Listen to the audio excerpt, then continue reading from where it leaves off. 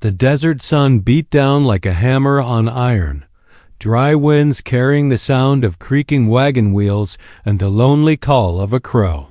Folks in that small frontier town had seen plenty of strange things come and go, drifters, bounty hunters, even traveling shows that promised wonders from across the ocean. But nothing had set their bones trembling quite like the sight of her. Behind iron bars, hunched over to fit her massive frame, sat the woman the posters called the Giant Widow. Children whispered her name with awe, grown men crossed the street to avoid looking too long, and women clutched their rosaries when they passed by the cage. No one knew exactly where she had come from, only that she was taller, stronger, and fiercer than any soul they had ever laid eyes on. Some swore she had killed her husband with her bare hands. Others claimed she had been cursed by God himself.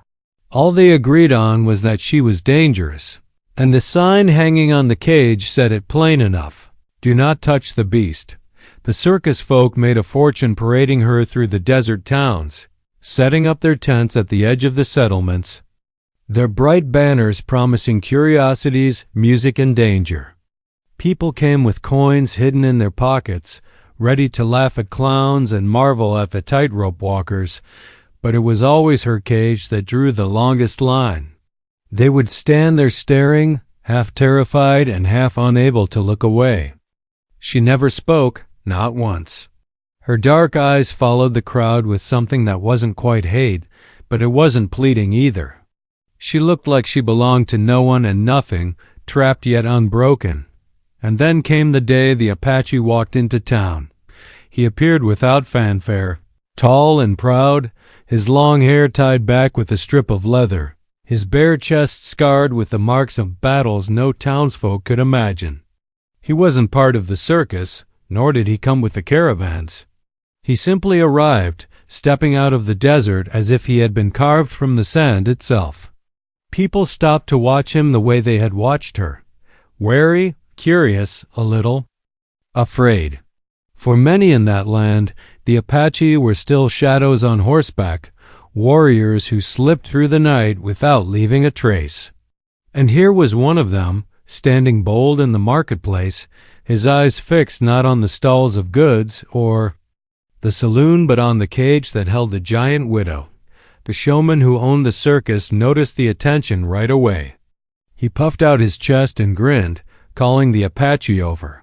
"Step right up," he said, his voice slick with the kind of confidence only found in men who never stop talking. "For just 2 coins, you can have a closer look at the fiercest creature in the West, stronger than 10 men, cursed by fate, feared by all." The Apache said nothing. His gaze stayed steady, moving over the iron bars, the hunched figure inside, the chain around her ankle. The silence stretched so long the crowd began to shift nervously.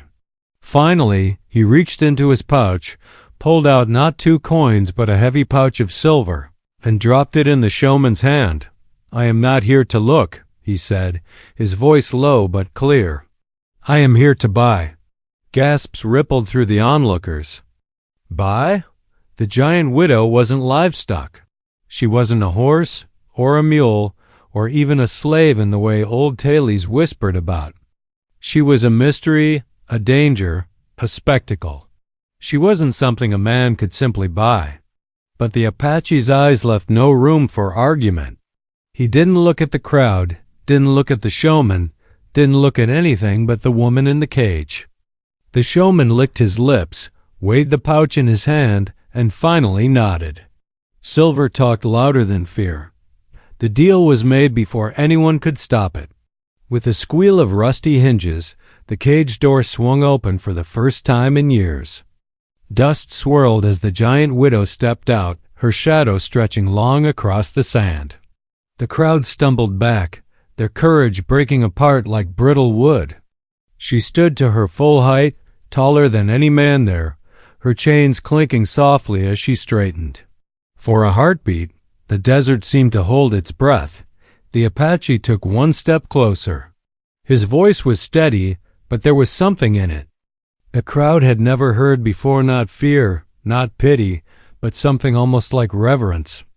"You are free now," he said. And then, in words that would echo through every saloon and campfire tale for years to come, he added, "Will you marry me?" The crowd froze. Some laughed nervously, thinking it must be a joke. Others muttered prayers under their breath. A few swore they saw the widow's lips twitch, the hint of an expression they couldn't name. For the first time, her eyes left the ground and locked onto the man before her. The air grew heavy with something unspoken, something dangerous and alive. Nobody knew what would happen next. Would she strike him down with those hands said to be strong enough to snap bone like twigs? Would she walk away into the desert free, at last but unwilling to be claimed? Or would she answer him, shattering the silence that had wrapped around her for so long? The crowd waited, hearts pounding, the desert sun burning hotter until it felt like time itself might break. And in that moment, with all eyes fixed on her, the giant widow finally opened her mouth. What she said or didn't say would change everything. The words caught in her throat before they could take shape. For so long she had been silent, a statue of flesh and bone, her voice forgotten like some relic buried in the desert. When her lips parted, what came was not an answer but a sound low, rough, a tremor like the growl of distant thunder. The crowd shrank back at once, as if the very earth had shifted. Yet the Apache did not move. He stood as firm as the red rock cliffs, his eyes steady, waiting. The townsfolk would later say that in that single moment they felt a shiver deeper than fear. It was as if something old and untamed had been called forward, not by chains or coin but by words no one had dared speak to her. Marriage. It was absurd, scandalous, and dangerous. The giant widow had never been seen as a woman. To them she was a beast, a curse, a shadow made of flesh. Yet here stood this warrior, speaking to her as though she were a bride. She looked at him, her eyes narrowing, searching his face for mockery. There was none. He had spoken not to shame her, not to provoke, but with a kind of plain truth that could not be bent. It unsettled her more than any whip, any jeer, any cruel laugh from the crowd that had haunted her years inside the cage. She was not used to being looked at in such a way. It was easier to be hated, easier to be feared. But this look of respect burned through, her defenses like the desert sun breaking through storm clouds. The silence stretched. The people held fast by it, but the widow said nothing. Her chains rattled as she shifted, her shoulders rising, like great hills beneath her rough clothes. At last, she turned her face away, refusing both the crowd and the man before her. The Apache only nodded, as though her silence was answer enough. Without another word, he reached up, unlatched the last of the iron locks, and slipped the chain from her wrist. The gasp that tore through the crowd was sharp as gunfire. She was free, truly free. No bars, no locks, no sign telling folks to beware. Yet she did not run, nor did she lash out. She stood rooted in the dust, the weight of her new freedom settling on her broad shoulders. The Apache stepped aside, giving her space, as if to show he had no claim on her, no control. But in that simple gesture, the bond was already set, though neither would admit it aloud. That night, the town buzzed with whispers. In the saloon, men slammed their mugs down, swearing the Apache was mad. Women gathered at doorsteps, speaking in low tones about what it meant. Some said it was the end of things, that the widow would bring ruin if treated like a wife instead of a prisoner. Others wondered if the Apache had seen something no one else could see, something human beneath the fear, but rumors were not new to the widow. She had lived on the tongues of others, long before she was paraded in a cage. The stories of her life were as twisted as the desert's dry roots. Some said she had been a farmer's wife in the northern plains, her size both a blessing and a curse. She could lift barrels no man dared move, chop wood until the forest bowed. and wrestle stubborn oxen into line. Yet it was her strength that drew suspicion. When her husband died under strange circumstances, crushed beneath a wagon he was said to have been repairing, the whispers began. Folks claimed she had snapped. They called her the giant widow, and fear did the rest. She was cast out, captured, sold from one cruel hand to another until the circus found her. They made her into a legend, painting signs of her towering figure with claws and fangs, a monster to draw crowds. The widow never spoke, never explained, never gave them what they wanted. Her silence kept her alive, but it also made the chains heavier. The Apache, too, carried stories behind him, though the townfolk only guessed.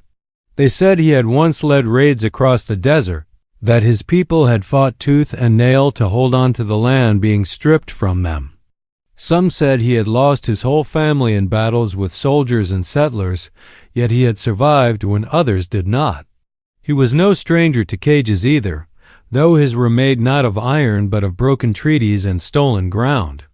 When he looked at the widow, he saw not a beast but a reflection, someone who had been caged because the world feared what it could not control. Still, freedom was a dangerous gift. The next day, the circus packed up, grumbling over the loss of their prize. The showman counted his silver, but looked over his shoulder with unease, muttering that the Apache had unleashed something that could not be put back. The townsfolk went about their business, but their eyes followed the widow wherever she went. They expected her to snap, to prove the stories true. Yet she did nothing of the sort. She walked slowly, her head bowed, never straying too far from the man who had freed her. It was the children who tested the silence first. One brave boy threw a pebble near her feet, daring to see what she would do. She looked at him, her gaze heavy as stone, and the boy froze. But instead of anger, she only bent down, picked up the pebble with those giant hands, and placed it gently back on the ground. The boy ran off, too frightened to tell what he had truly seen, and so the story spread differently that she had nearly crushed him. Fear was quicker than truth, and the widow knew it well. At night, by the fire outside the town's edge, the Apache sat across from her. He did not push her to speak, nor did he repeat his strange proposal. He simply shared food, passed the canteen, and let the silence stretch like a blanket between them. Sometimes he would hum low songs in his own tongue, the notes drifting with the wind. She would sit listening, her hands folded tight in her lap, her eyes distant. It was in those quiet hours that something began to shift, but the town was not ready for such change. Whispers grew darker, suspicions sharper. Men with rifles muttered that it was only a matter of time before the widow struck, and it would be their duty to end it. Women warned each other not to let their children wander. Near the campfire at the edge of town, the saloon keeper said the Apache had bewitched her, using some old spell to turn a monster into his bride. No one dared confront them openly, not yet. But eyes watched from the shadows, and plans were forming. The widow felt it, the way animals feel a storm before it comes. Every step she took carried the weight of invisible chains. Freedom was not truly freedom when suspicion followed like a second shadow. The Apache knew it too. Yet he did not falter. He taught her small things: how to draw water from the well without startling the horses, how to tend a fire so it burned steady through the night. These were simple acts, but they carried meaning. Each lesson was not about survival alone, but about belonging, about living without cages. And slowly, though she still said nothing, the widow began to listen. Still, the question he had asked hung between them like the desert moon, silent and glowing, impossible to ignore: marriage. Could such a word hold weight for someone who had been treated as less than human? Could trust take root in ground so barren with fear? The widow did not know, and neither did he. But the choice was no longer just theirs to make. The town was restless. The circus was spreading tailies across the frontier, and strangers were already on the road, drawn by the rumor of a giant woman freed by an Apache warrior. Some came with curiosity, others with greed, and a few with vengeance in their hearts. Trouble was riding toward them, though they could not yet see the dust rising on the horizon, and so the widow sat by the fire that night, staring at the flames, the Apache silent across from her. For the first time in years, she wanted to speak, to let her voice cut through the silence, but the words would not come. Instead, she raised her eyes to meet his, and for a heartbeat, something unspoken passed between them. Far off in the darkness, a dog barked, and the sound carried like a warning. The night was holding its breath, just as the crowd had on the day she stepped free. The answer to his question was still unsaid, the bond between them unsealed, and the storm that would test them both had only begun to gather. Morning brought a pale light that washed the tents and adobe walls in chalky gray. The town woke slow, but the tension did not sleep. The sheriff walked the main street with his hat pulled low, boots crunching grit, eyes sliding toward the edge of town where the Apache and the giant widow kept their small fire. He had held a badge long enough to know the shape of trouble before it showed its face. The badge did not give him many choices. If the town wanted calm, he was meant to give it, even if calm meant pointing rifles at the wrong folks. Still, he watched the pair sit beside the coals, sharing a tin cup and quiet, and something in him balked.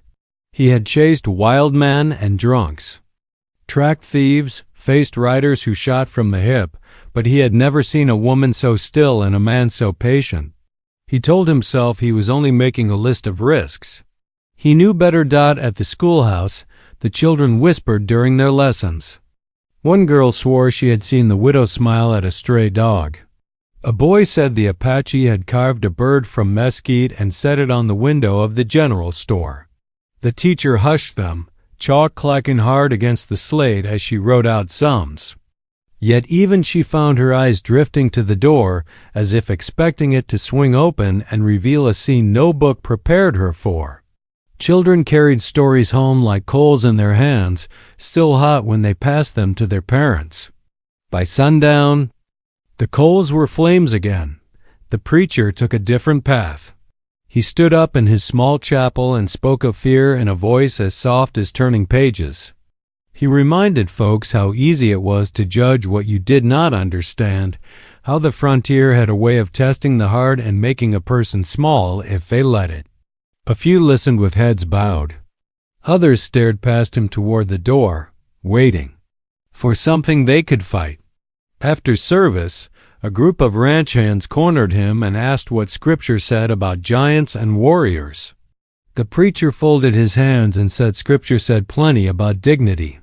The ranch hands left unconvinced, but the seed was planted, and seeds have a way of growing even in hard ground. By the third day, a wagon rolled in from the south, paint peeling, a fresh banner flapping behind it.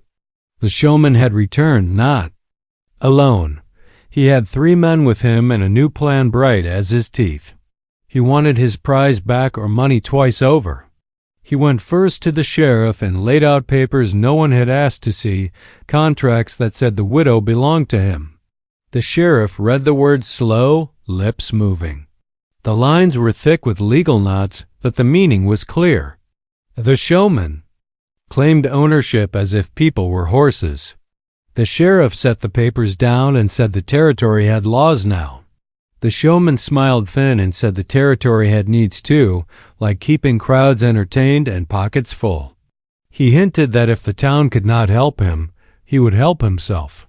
That night, the showman drank loud in the saloon, rounding up talk like cattle. He swore the giant widow was a danger. He told tales of broken iron, of ruined wagons, of a husband crushed when she did not know her own strength. He did not say how many times he had locked her away for the sake of profit. Men who wanted a reason found one in his stories. A few promised to back him. Others shook their heads, claiming they wanted no part of it. The saloon keeper listened, and kept pouring. Coins talk. So do lies. On the edge of town, the Apache and the widow kept to the slow rhythm they had made together. He cut sagebrush and showed her how to set it to smoke, a scent to mean home. She tried to shape words, only to feel them crack in her throat. He did not push. He carved small things and set them in the sand, a bird, a horse, a river fish. She watched his hands move, calm and steady, and felt her own hands begin to remember gentler work. She could once braid rope, mend harness, stack grain sacks 3 high without a groan. Those memories flickered like sparks at the edge of her mind, as if trying to catch. When she finally spoke, it was only a few words. Not yet. He nodded, and though he had asked her to marry him, he did not ask again. It was enough that the words came at all. The conflict sharpened with a new arrival on a tall bay mare. A rancher from the high flats rode in with 2 riders behind, dust on their coats, anger in their mouths. One of his calves had gone missing. Near the riverbed 2 nights past. He said he found prints like none he had seen. He meant the widow's stride. Folks nodded in that way people do when they want blame to settle somewhere easy. The Apache stepped forward and said he had followed. Sign near their camp. He held up a coyote skull he had found cracked by a rock, the edges busy with scavenger marks. He said coyotes took calves by night and left little behind. The rancher spat and said a coyote did not leave prints as big as dinner plates. The widow stood silent, her eyes moving to the river as if she could see the night replayed there. That argument cut the town in 2. Some held on to the thought that trouble always seemed to land on the heads of those already burdened. Others sharpened stakes and made plans. The sheriff called a meeting in the livery. He spoke plain. No raids, no vigilantes, no sneaking to the camp with rope and bad ideas. He would settle disputes by day and in the open. That promise lasted until sundown. By midnight, 3 men had already crept toward the fire, hands tight on their rifles. The Apache heard them before they reached the mesquite line. He rose without a word. The widow rose beside him and stepped where he stepped, shadow to shadow. When the men saw her shape in the firelight, one dropped his hat. Another muttered a prayer. The third lifted his rifle, then lowered it when he saw the Apache spread his hands, palms empty. They backed away, embarrassed by their own nerves, and lied about their purpose the next morning. There were other threads in the loom of that week. The teacher began bringing scraps of paper to the general store where the Apache traded. She wanted her pupils to try carving as a lesson in patience. She asked him if he might show them how. He made the small figures. He looked to the widow. She gave the smallest nod. So he carved in the schoolyard under a cottonwood while the children watched. The widow stayed at the edge, not hiding, only keeping her distance. A little girl approached her and held out a bright ribbon, the only fine thing she owned. The widow paused a long breath, then tied the ribbon to the girl's braid with fingers soft as dusk. The teacher saw and blinked back tears. Later, she told the preacher. He stood quiet for a time, then said not all sermons need a pulpit. Showman watched all this with a face like spoiled milk. He had bet on fear and found it thinning by the hour. So he switched tactics. He went to the far camps beyond town and found men with restless hands. He promised pay to bring a woman back to a cage she never chose. He told them the Apache was a thief who had stolen property, and that property was worth silver. He whetted their greed until it shone. In secret, they made plans to come by night and take what coin could not. The Apache felt the ground change. He walked out into the wide basin each dawn, scanning the horizons, reading the sand. Tracks told stories. There were boot prints where only deer had walked a week ago. There were horses being ridden hard on the flats at hours no rancher picked. He told the widow they might need to move soon. She frowned, not in fear but in stubborn refusal. She had been carried from place to place too many times without a choice. Now that she finally had a say, she did not want to run. He understood, so they prepared instead. He taught her to set alarms of dry sticks in the brush that would snap under a boot. She showed him how to stack stones as she had done to hold fence posts against wind, a circle around the fire that could be kicked outward to trip a charging man. They did not speak much, but their work said what needed saying. Word of the missing. Calf flared again when a traveler found bones near an arroyo and a strip of hide tangled in brush.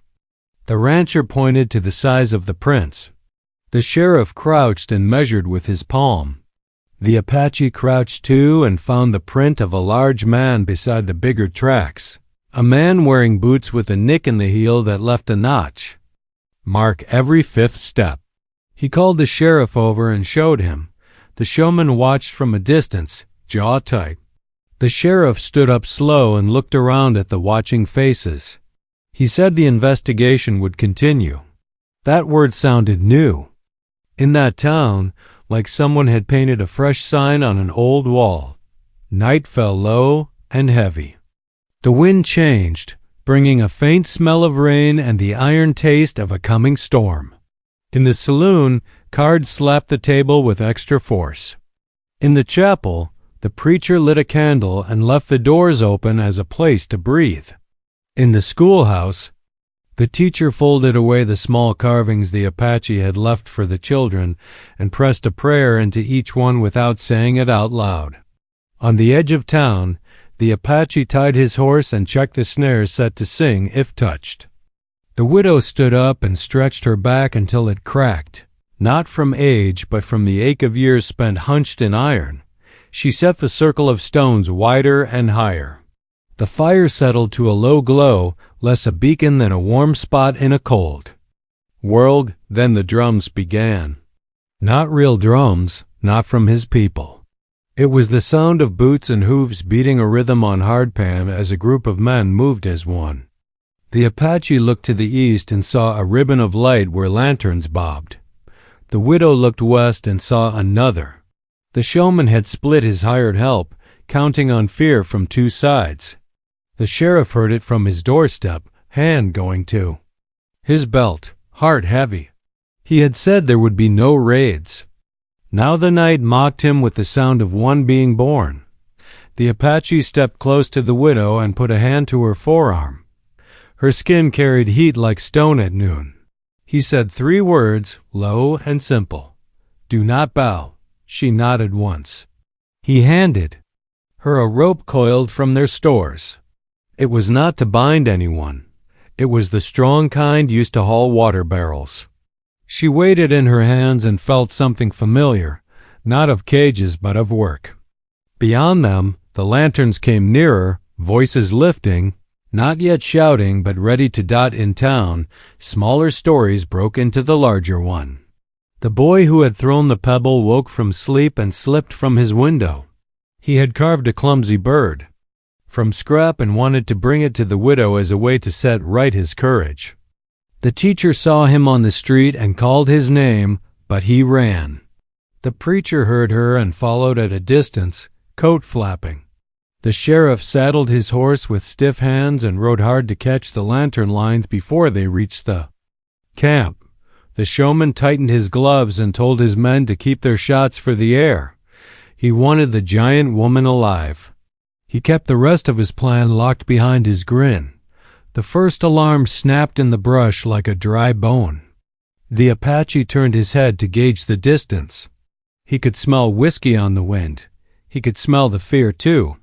He felt the widow shift her weight and knew she was steady. He traced the sky for a sign from the hawk that circled the basin at that hour. The sky gave back only cloud and a thin moon. In the far dark, another sound rose, one the approaching men did not hear yet. Hooves again, but in a different rhythm, the rhythm of riders who know the land. The Apache felt it in his chest. It could be friends from a nearby camp. It could be others drawn by rumor, not allies at all. The lines of light closed in until faces took form. The showman rode at the front, smile bright and wrong.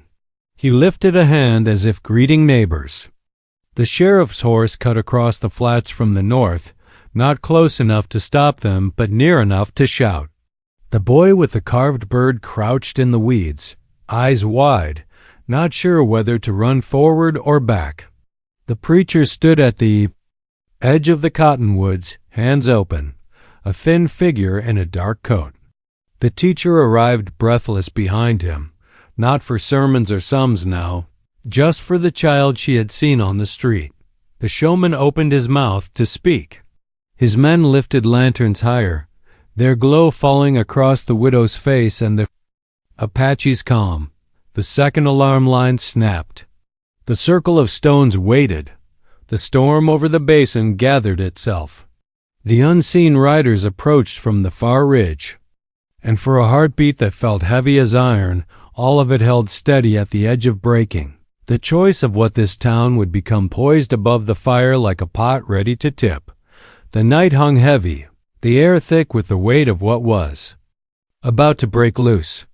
Lanterns swayed in the hands of the showman's hired men, their shadows leaping across the brush and sand. The widow's tall figure stood in the fire's glow, unflinching, her face calm but watchful, her broad shoulders squared as if carved from stone. Beside her, the Apache breathed steady, his eyes sharp and patient, his hand resting near the knife at his belt. They did not speak, but their silence carried more weight than the shouted threats of the men who closed in. The sheriff's horse clattered down the flats, his voice cutting through the dark. He called for the men to stop, his badge flashing faint in the lantern light. Some faltered, hesitating, but the showman raised his hand high and bellowed that the widow was his by right. His words rolled out smooth, filled with the confidence of someone who believed greed was law enough. Behind him, the men shuffled, their boots scraping, their rifles shifting from shoulder to ready. They wanted coin more than they wanted justice, and the showman fed that hunger like a man tossing scraps to dogs. The boy crouched low in the weeds, clutching the small carved bird to his chest. His heart hammered so loud he thought the men must hear it.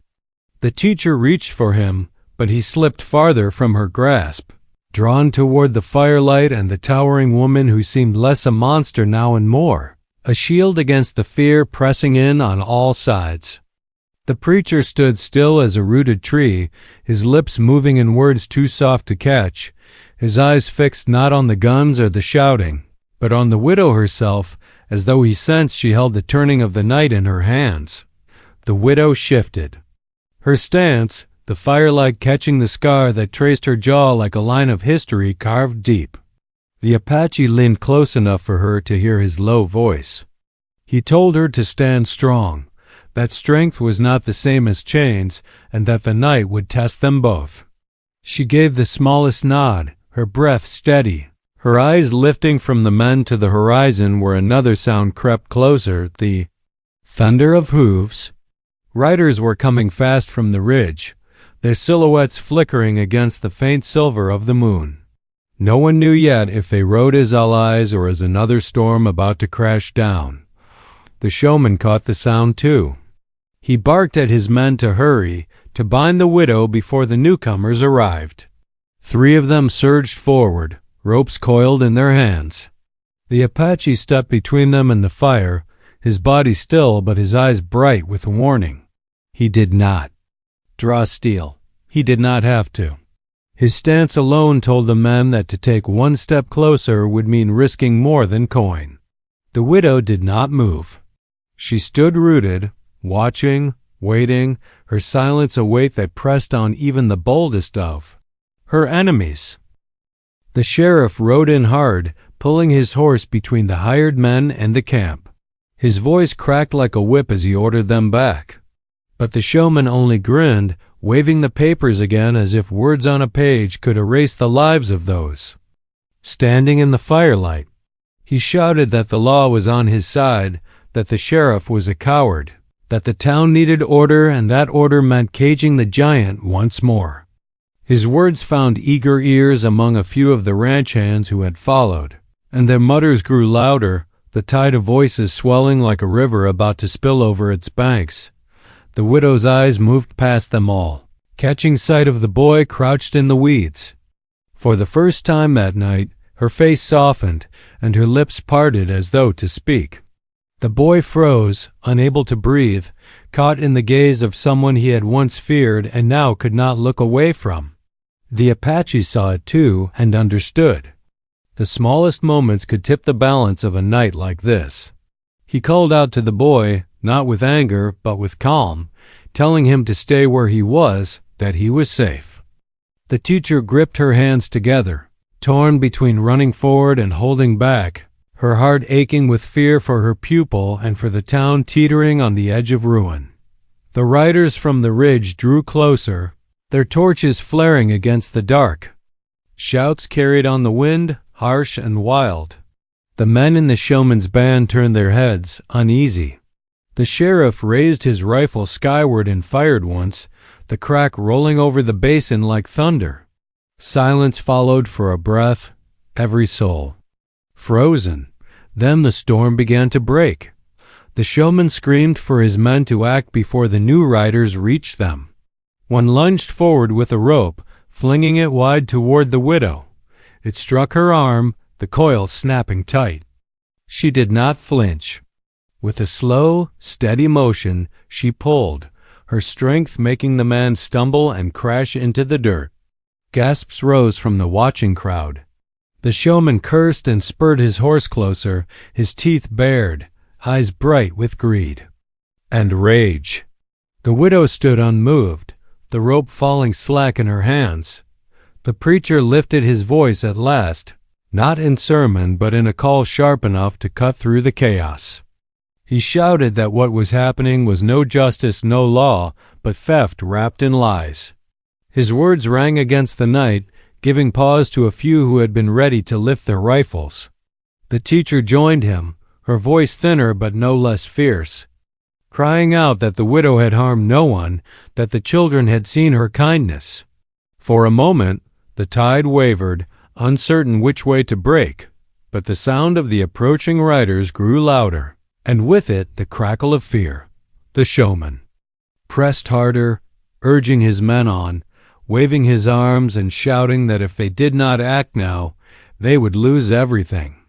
The sheriff barked orders, his voice lost in the rising din.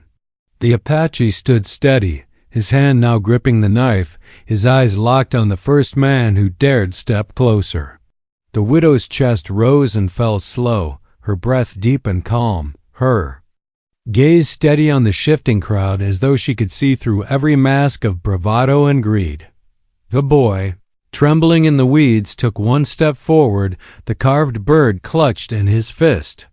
His small figure caught the widow's eye again, and something in her face changed, something that none of the shouting men or arguing voices could touch. The teacher cried out his name, her voice breaking. The preacher moved to shield him, but the boy kept walking, driven by a courage that came from somewhere no one could see. The crowd stilled, every eye drawn to the tiny figure moving toward the towering woman. Even the showman's sneer faltered, just for a moment. The riders from the ridge crested the rise at last, torches blazing, their horses foaming with sweat. Their voices carried sharp and wild, a cry that split the night. The men in the showman's band faltered, turning to face the new threat, their lines breaking as fear edged out greed. The sheriff wheeled his horse, torn between holding the camp and facing the newcomers. The preacher raised his hands high, calling for calm. The teacher whispered prayers into the dirt. The boy reached the circle of stones and held out the small bird with shaking hands. The widow bent down, her massive frame folding slow and careful, and took the carving in her palm. For the first time, her lips curved into something close to a smile. The boy looked up at her and saw not a monster, not a prize to be bought, but a person standing against the storm. The Apache placed a hand on her shoulder, steadying her as the night reached its sharpest point. The fire crackled low, The ropes lay slack in the dust. The lanterns shook in nervous hands, and the thunder of hooves filled the basin. Every breath, every sound, every heartbeat pressed against the moment, holding tight, waiting for the strike that would decide what came next. The riders burst into the basin, their torches flaring bright against the night sky, horses kicking up clouds of dust. For a moment, it seemed chaos would shatter the ground itself. Men shouted, rifles lifted, the fire popped and hissed as sparks jumped high. The showman, caught between fear and fury, tried to rally his men, yelling that the widow was his prize. But his voice cracked, and the confidence that had carried him all this way slipped into the night like smoke on the wind. The riders slowed as they came near, their leader raising a hand. They were not outlaws, nor more of the showman's hired muscle. They were neighbors from a nearby ranching settlement, drawn by the firelight and the gunshot that had carried across the flats. Faces familiar to some in the town, faces worn by work and weather, eyes sharp with worry at the scene before them. Their leader called out, demanding to know what was happening, why men were armed, and why a woman stood bound in the glow of lanterns like some spectacle. The sheriff rode forward, his voice steady, though sweat trickled down his temple. He explained the showman's claim, his papers, his demand to take the widow. He explained how the Apache had stepped forward, how the town stood divided, and how the night had boiled over into this standoff. The riders listened, murmuring among themselves, their torches casting long shadows across the dirt. Then their leader spoke, not to the sheriff, not to the showman, but to the widow herself. He asked if the words were true. He asked if she was held against her will, if she wished to be bound again and paraded for coin. The widow lifted her head, tall and calm, and answered with the first clear words most had ever heard from her. Her voice was deep but steady, carrying across the basin. She said she would not be caged again. She said the showman's chains had been broken, and no paper could write her back into them. She said she wished only to live in peace, to work. With her own hands to be seen as more than fear and rumor. The words fell heavy on the crowd. Even the showman's men shifted uncomfortably, their boots dragging in the dirt. The boy clutched the teacher's hand now, his carving gone but his heart steadier, his eyes wide at hearing the widow speak. The preacher bowed his head, whispering thanks that the truth had finally been given voice. The Apache stood beside her, his arms steady at her back, his eyes locked on the crowd as though daring anyone to deny her right to be free. The sheriff cleared his throat. He declared that no paper could strip a person of freedom once they had claimed it. He declared that the showman's claim was void, that the widow was no man's property. He warned that any man raising steel against her would answer to the law and to him. His words carried weight, for though the town had grumbled at him before, in this moment he stood as the line between chaos and order. The showman tried one last time, shouting that he would not leave without her, that he had invested coin and time and blood. But his men no longer stood firm behind him. The ranch riders closed in, their torches a wall of flame. The townsfolk muttered, no longer certain. They wanted to follow a man who treated people as prizes. And then the Apache stepped forward, his knife glinting in the firelight. He said quiet words, but they cut deeper than steel. He told the showman to leave before the night swallowed him whole. The showman's bluster broke. His eyes darted from face to face, finding no ally strong enough to save him. With curses that fell flat in the dust, he mounted his horse and rode off into the dark, his lantern men scattering after him like startled crows. Silence followed, long and thick, broken only by the crackle of the fire and the restless snort of horses. When the dust settled, the widow sank slowly to sit near the fire, her breath easing out as if she had carried the weight of years on her shoulders and now, at last, set it down. The Apache crouched beside her, his hand still near hers, his gaze steady on her face. The boy stepped forward, timid but brave, asking if she would keep the carving safe. She held it up in her palm and nodded, a small smile touching her lips once more. The teacher gathered him close, her eyes damp, and whispered that he had done more than most men twice his size. The preacher lifted his voice once more, speaking of dignity, of freedom, of how fear can blind but truth can open the eyes of even the most stubborn hearts. Some of the townsfolk lowered their heads, ashamed of how they had muttered against her, ashamed of how quick they had been to believe shadows instead of light. Others stepped closer, offering food, water, quiet apologies. The widow accepted these gestures with calm grace, not eager but not refusing. She knew trust was not rebuilt in a single night, but she also knew the first stones had been laid. In the days that followed, the town began to change. The ranchers who had come from over the ridge stayed to help mend fences, to show they too believed the widow deserved her freedom. The sheriff patrolled with firmer resolve, no longer hesitant, to stand tall in the name of what was right. The preacher visited often, not to sermonize but to sit near the fire and speak of ordinary things. The teacher came with her students, letting the children bring small gifts, drawings, and stories. The boy carved again, each piece rough but honest, and the widow kept them all. The Apache worked beside her, building shelter, hunting, teaching her to set traps and tend fire. Slowly, the town began to see them not as curiosities or threats, but as people carving out a life with steady hands. There were still whispers, still wary eyes, but they grew softer as days passed without harm, as the children laughed in her shadow, as the widow's great hands built fences, carried timber, and lifted burdens no one else could lift in time. The question that had lingered since the night of her purchase found its answer. The Apache stood before her by the fire one evening. The townsfolk gathered nearby. He asked her again, plain and simple, if she would marry him. This time, her answer came not with silence, but with a clear yes, spoken in the same steady voice that had claimed her freedom. The town bore witness, and though some frowned, most smiled, for they had seen enough to know her heart was her own, and her choice was true. The wedding was not grand. It was held under the open sky, with the preacher offering words, the teacher and children bringing wildflowers, the sheriff standing guard to ensure peace. The ranchers came too, and even those once doubtful stood quiet in respect. The widow wore no gown but stood proud in the clothes she worked in, her scars unhidden, her height unbowed. The Apache stood beside her, his hand resting in hers, his face calm with the peace of a man who had found his place.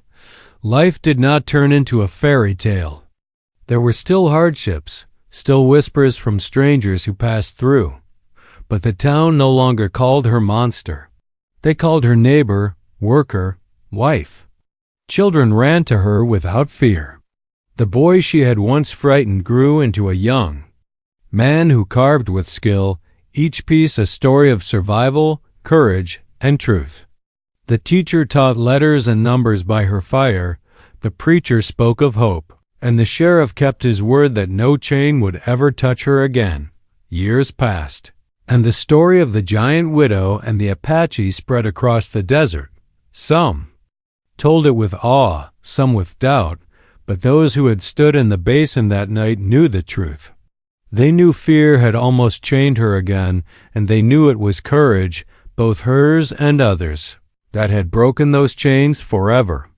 The town itself carried the memory, each fence post and hearthstone built with the knowledge that people are not property, that freedom is not given but claimed, and that dignity is worth more than coin. In the end, the widow and the Apache grew old together. Their lives marked not by spectacle, but by the quiet rhythm of work, laughter, and love. When storms swept the desert, they stood together. When the town faltered, they lent their strength. When children gathered at their fire, they listened and told stories, not of monsters or cages, but of courage and choice. and so the tale settled into the dust and wind carried across the plains. The giant widow, once feared, was remembered not for her size but for her spirit. The Apache, once seen as outsider, was remembered not for his defiance but for his devotion. Together they left behind not fear but a lesson that no chain is stronger than the will to be free, and no voice is too deep or too quiet to change the course of a town, a people, and a life.